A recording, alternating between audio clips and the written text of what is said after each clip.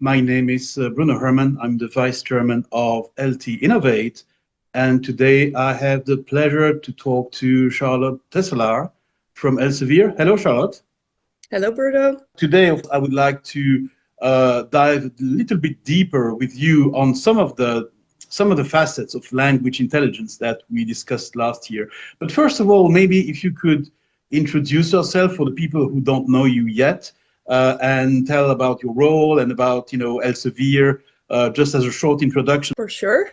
So I'm Charlotte. I have a background in both linguistics and artificial intelligence, and I started out as a machine translation engineer, actually, until I found that I didn't really like just sitting in a corner and coding all day. So I branched out into localization, and that was a really good match for someone with this kind of linguistics and technical background. Mm-hmm. And I joined Elsevier 5 years ago to start their central localization program from scratch. And since then, we have grown to support more or less teams across the entire business. Our team is still pretty small, 4 people only, but we support around 50 different stakeholder groups and products across the business. So we're small and mighty. And as the globalization and localization team, we give these teams across the business access to central, shareable, scalable localization infrastructure, translation management systems, translation memories, AI models, and these kinds of things, as well as the localization expertise that they need to support them in making business decisions, in designing the new process, on doing all of that change management. So just to sort of get started, people managing content and managing language are facing some very tough challenges. There are, of course, challenges that are specific to every industry, but there are challenges that are also across the board. And I would just mention 3 of them. It's automation, transformation, and value creation. These should be on the plate of nearly everyone, and even beyond language and content management. So let's start with automation.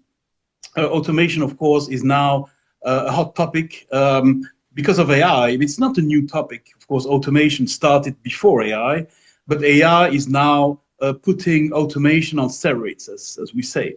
So it's amplifying automation for good reasons, sometimes for bad reasons, but that's the balance between automation and augmentation.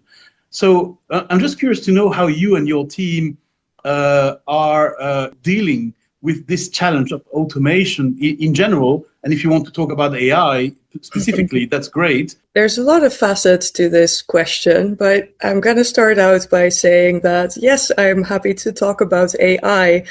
But the thing that people often forget with automation is that AI on its own isn't enough, and there's actually a lot of infrastructure around it that you need to enable the AI model to work effectively. And a lot of companies in the beginning, especially when LLMs were just there, everyone started out with just the conception of the straight chatbot, as if you give everybody a login into ChatGPT, then everybody will be able to, for example, just translate stuff with that. And that's your translation needs sorted. I guess perhaps we don't need this localization team anymore because the AI can do that, right? But in the end, when you really think about enterprise scale and really generating value for your customers, and even, saving internal time and costs, that kind of individual level self-service, just translate stuff for yourself, it's not really scalable. It also doesn't enable higher quality. It doesn't really do much. And so the role of my team is to think about how we can lay down infrastructure that we can use across the business, that we can integrate with the different systems, with which we can automate end-to-end workflows where AI is a component, where it's integrated, and then we can do these more sophisticated human-in-the-loop, scalable, fully automated, whatever kind of processes. Absolutely. Well, I love the words that you used. specifically end-to-end, because of course it has to be put in the context. And the way you are describing the role of AI in language intelligence is exactly, I think, the role that we should all consider for this technology, which is to enable people to do their job faster, to do their job better, but humans are still in control. And I think this is very important as well, as you said in your description. But just to circle back, as I said before, automation very often comes together with augmentation. So that's, of course, what AI does. But from your perspective, how do you see the evolution of this humans in control or humans in the center approach, considering the changes that we are seeing now already in processes?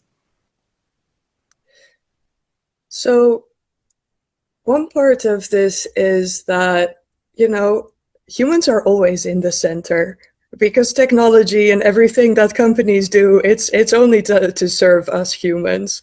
So everything that we do is something that generates value for humans. And when we talk about human in the loop, it's true that, I actually also do that internally. I call it human-led translation or these kind of things to center them a little bit more, because it can, sometimes these discussions, they can devolve into treating humans almost as AI enablers instead of AI as a human enabler. And that's where I think augmentation comes in. AI is always there to enable humans to do their jobs, faster or more cheaply or with higher quality, with more consistency. AI can have all kinds of roles in the localization workflow, from, making sure your terminology is consistent to translating to doing all of these kinds of things. But even when there is no human in the loop, like reviewing the AI output, which is happening quite often for a lot of content types. I do think that we're seeing that more and more in certain areas. Even there, it's becoming more about, okay, how do we make these choices about what the role of humans is in this kind of process in order to generate the most value for humans as well. And that can also be by, reducing the amount of review that these things need in order so that you can, for example, generate more languages and have bigger coverage or these kinds of things. Talking about, again, this sort of balance between human augmentation and machine automation, we discussed that language is everywhere and language takes several forms. From your perspective and from your experiences, how do you see that, and how do you approach transformation in terms of delivery for your team? I think an important distinction is that we're not really like a super classic localization department, in the sense that, we don't do the execution ourselves. Actually, we provide the infrastructure and the expertise. And our different stakeholder groups, they use that and they manage their own processes still. And that works quite well as a kind of distributed model. It makes it so that we can have a lot of the benefits of centralization, of shareable workflows and these kind of things across the business, while still allowing teams to have that kind of autonomy. But it also means that this transformation process, this redesign process, it's a constant collaboration between us and those teams that we serve. And we have to get really deep in there and really learn to understand, like, okay, what is important to them? What is their current setup? Where do they need to go? And help them through that sort of process of designing that. And we take a very collaborative approach to that, because transformation is the easiest to accept if people feel like they have a say in that transformation. Nothing is scarier to a team than feeling like, ooh, upper management is talking to the AI translation team. Are we going to lose our jobs now? So we take that really collaborative approach and we see where the benefits could be. We usually present as well different options to choose from. And sometimes one of the less impactful options is chosen first, but that doesn't mean that the other one isn't on the table for later. Transformation also doesn't always have to be a day and night flip from one thing to the other. It's more of a cultivation kind of process. And actually, in the end, a lot of the times that second stage of the plan looks totally different than in the beginning. So I really think that this kind of phased approach can also be a very, valuable way to support that kind of transformation. Is there any sort of development, I would say, in your company or even within your team only to actually, as a non-classical localization team, to evolve into other directions that are not classical directions, like end-to-end content management or knowledge management or learning management? Is there something like, branches that are developing in your team? Because you are not, as you said, you are not conventional. So I'm just curious to know the consequence of not being conventional. I have to say, not really. I do see the opportunity of doing these things, but we are 4 people helping a really quite large company, and we are plenty busy staying more or less within the localization lane. I do think that we do a few things that are not quite typical for localization teams. For example, I think we are perhaps closer than average to data science teams and technology teams. We are very engaged with our responsible AI program.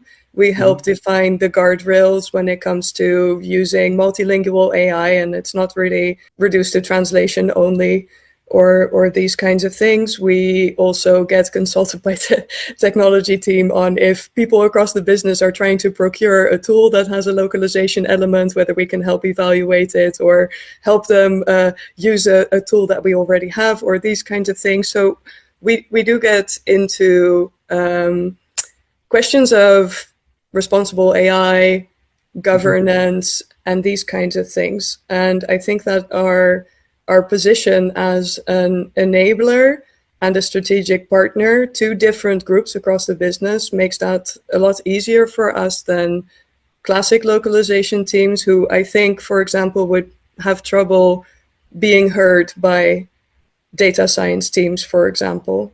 I think, as you mentioned several times, collaboration or cross-functional Yes. operations are really important these days because AI is infused a little bit everywhere. I mean, localization teams have a ton of knowledge, right? We are a little bit everywhere globally, but also localization touches basically everything an international business does. So we're in a very good position to be heard and also to be nosy and share knowledge about certain things. And we also have resources that are of value to other teams. And especially now with AI, language data assets, terminology, style guides, these kinds of things, these are needed to enable AI, even just the English ones. And we do also have the English ones because a lot of stuff goes from and into English. So we are even in a position to be, the ground source of truth authority for doing whatever your main market language is. I'm making assumptions about English because that's the case in many cases, but we have a lot of things of value that we can contribute to different teams if we can find the right platform. We talked about transformation, and transformation leads me to talk to you about value creation. Of course, everything that you do, your team does, everything has to create value to be not just measured and improved, but simply to be recognized as, as relevant for the business. So the question is here for you and your team, how do you manage to capture and measure, but first capture the value and measure it so that it's not just, I would say, understood by you and your team, so that you can say, yes, we did a good job, but also that you can demonstrate that value to, the senior management teams or to your customers if they are asking. So vanity metrics, they still have a place in there, right? It's also the low-hanging fruit. Everybody can measure like what's the throughput or whatever on your system, and it's at least a way to show how busy you are and how much you are doing. I do think that our model makes it a little bit more difficult to measure certain kinds of value, because if we are not, the owners of the end-to-end execution, then we also can't claim those metrics completely for ourselves.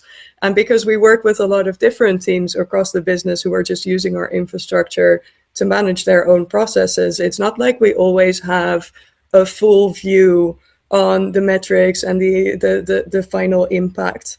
But that's where our position as kind of strategic partners for these different teams comes in, because it becomes very much a question of listening to these different stakeholder groups, figuring out what matters to them, what value means to them, because, value on its own is a very abstract concept.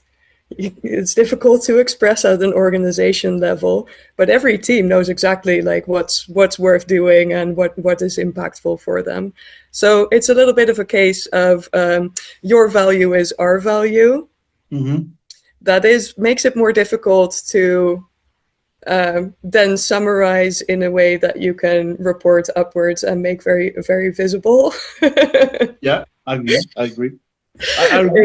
I agree, but actually, you're just anticipating my next question. Which was, what different types of value do you need to consider? I mean, cost saving speaks to everyone, but as you say, like depending on what role people have, there's different things that come out. In general, okay, cost savings, low hanging fruit. Of course, we're going to see if there's something in that area. Time savings, also always nice, especially if there's an automation aspect. If it's not saving you time or simplifying your processes, then what is the automation achieving sometimes? Mm-hmm. But outside of that, it's much better to focus on outcomes rather than these rather dry things.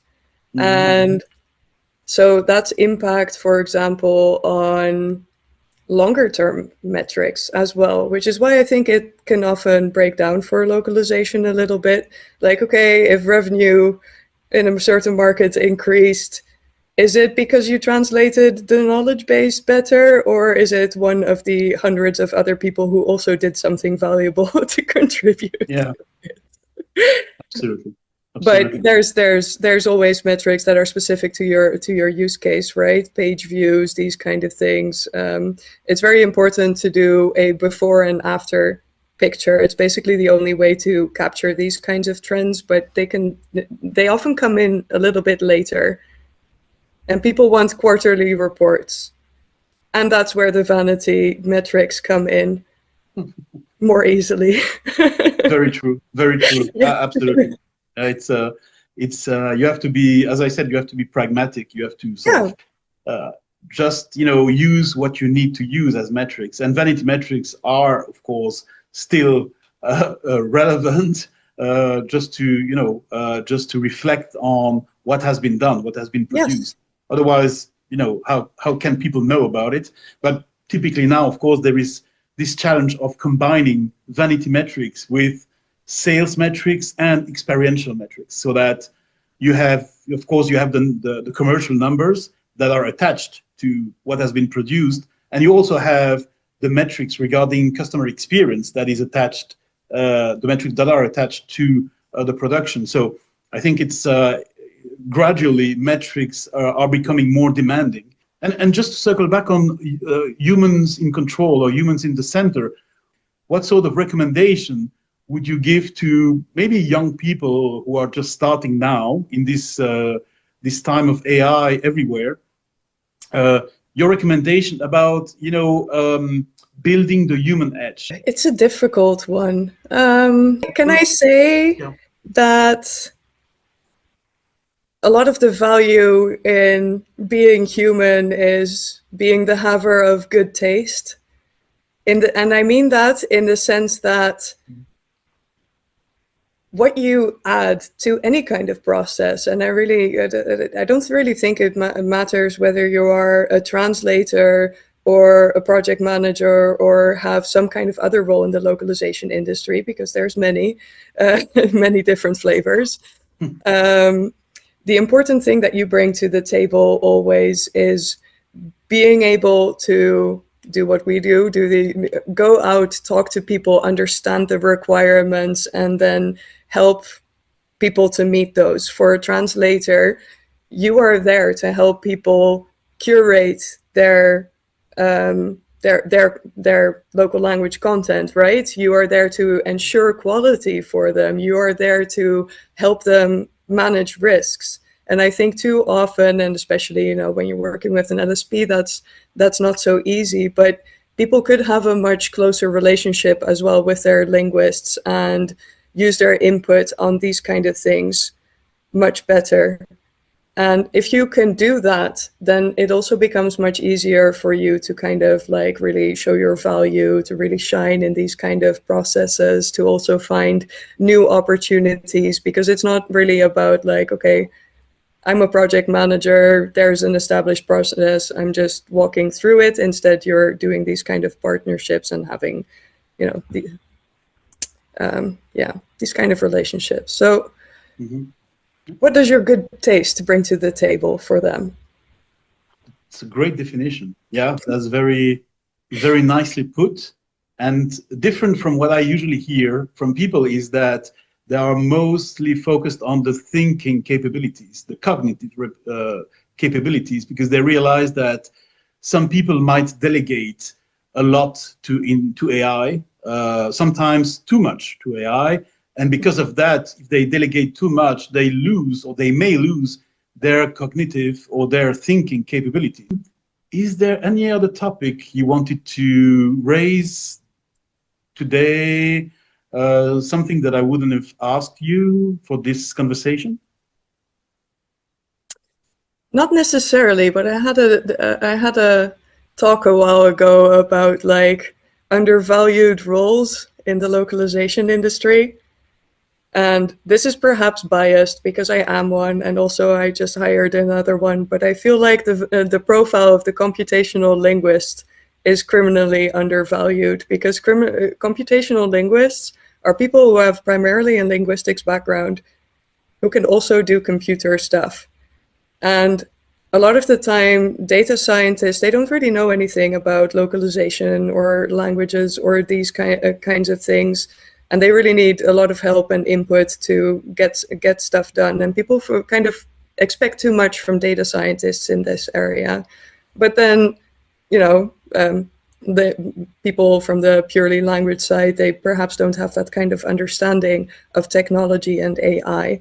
And computational linguists, they tend to get pigeonholed as reviewers of AI outputs. That's a job I often got offered, and I was like, no, I didn't do a master's degree in this stuff to review your stuff. Or they get kind of pushed aside in favor of people with a pure computer science background, I guess, on the assumption that they are better at computers. But for localization use cases specifically, you need someone who is able to think holistically, to look at the entire end-to-end process, technology and people in there. And they can have a really strong leading role actually in implementing these kinds of things. So this is just my passionate plea for, please consider the computational linguist. I'm afraid that's all we have time for today. So Charlotte, thank you very much for this conversation. We'll have more in the future. These topics are not going to be outdated very soon. And to everyone watching this or listening to this video, thank you very much, and speak to you soon. Thank you.